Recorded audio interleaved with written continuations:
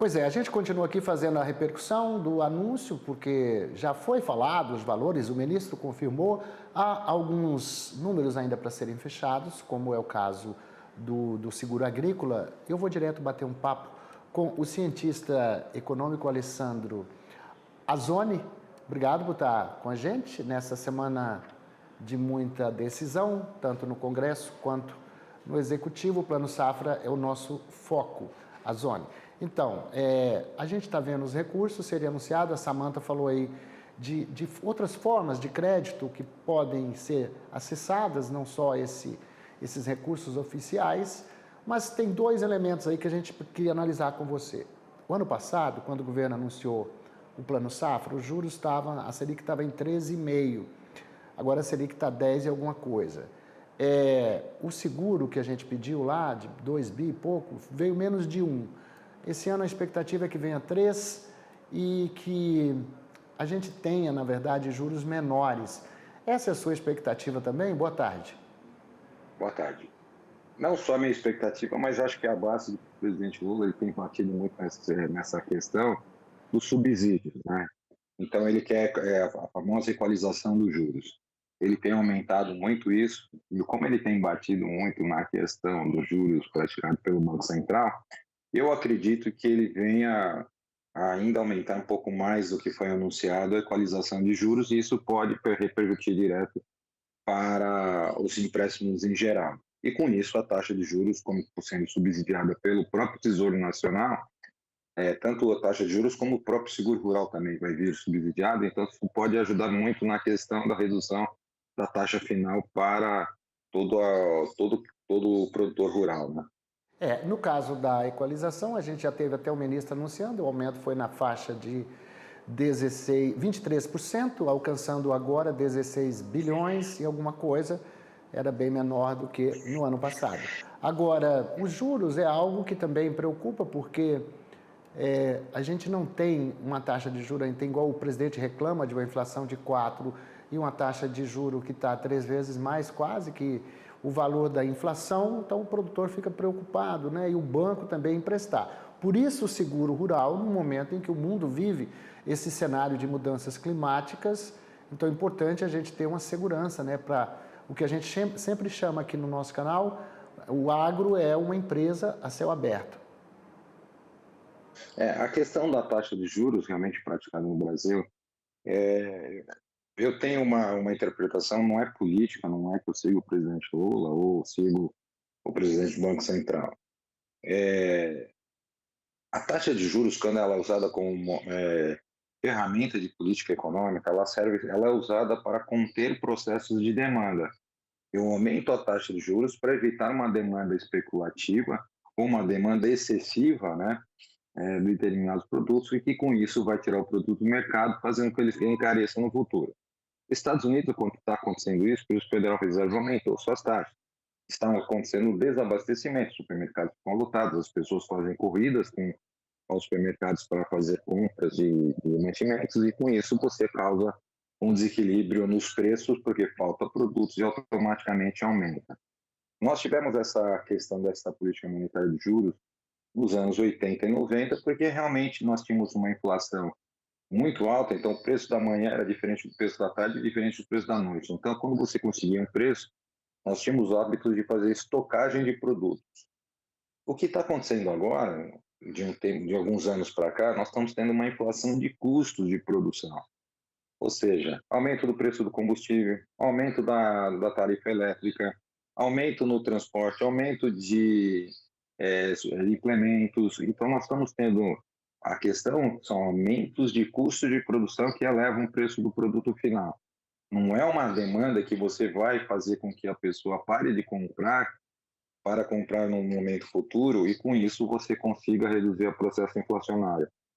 Está conseguindo reduzir o processo inflacionário porque o dinheiro também é custo de produção. Então, quando um produtor rural vai pensar em tomar um empréstimo juntamente ao mercado, ele sente um impacto dentro disso porque ele vai ter que repassar isso nos preços dele ou incorporar nos seus custos da própria produção. Então, como os preços da saca já é cotado internacionalmente e no mercado interno, Então, ele tem que diluir isso dentro da sua produção. E, às vezes, sua margem vai diminuir demais. Então, a taxa de juros, nesse sentido, acaba sendo um custo muito alto, com uma projeção que o Banco Central fez de 3,96, e nós praticando uma taxa de juros de 10,5%, ela realmente está muito alta nesse sentido. O custo do dinheiro fica muito alto.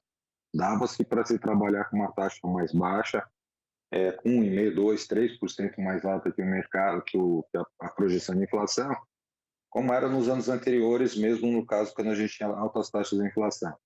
Então, nesse sentido, eu considero que a taxa de juros hoje para o agro é muito pesada, não só para o agro, mas toda a área empresarial do agro é muito pesada, sendo exatamente porque ele fica muito vulnerável na questão climática, as intempéries, são vários fatores que influenciam diretamente na sua linha de produção. E um prejuízo por uma questão de uma estiagem ou de uma geada pode altamente prejudicá-lo, e com uma taxa muito alta ele acaba prejudicando o seu próprio negócio. Então, tem que ser uma taxa mais baixa, tem que ter uma taxa Selic mais baixa, assim como referência para os outros mercados, ou aumentar a questão do subsídio para o agro. Acho que a questão do subsídio para o agro tem que ser feita e intensificar nesse sentido.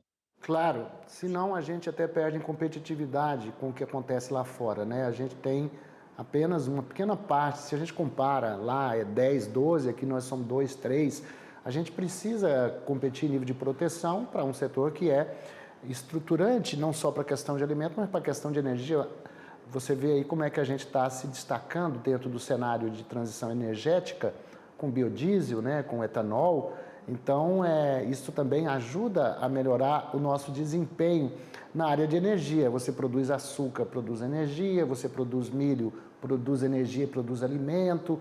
Então, assim, é um casamento perfeito esse do agro com as energias limpas e renováveis, porque vai diminuir o nosso custo também de produção e gerar divisas. Agora, tudo isso também é feito muito no Brasil. Na minha opinião, a gente devia ter um plano safra que não fosse só anual, até porque é difícil, você tem que trabalhar 2 orçamentos, né? Você trabalha o orçamento desse ano, que termina em dezembro, aí tem um plano safra, vai até junho, então a gente fica brigando com 2 orçamentos, quando a gente já faz tempo poderia ter um plano que fosse pelo menos trienal para você poder, eu acho até que devia ser de 4 em 4 anos, um plano para a gente saber quanto que investe, fazer planejamento, porque fazer planejamento de 12 em 12 meses no meio rural é muito complicado.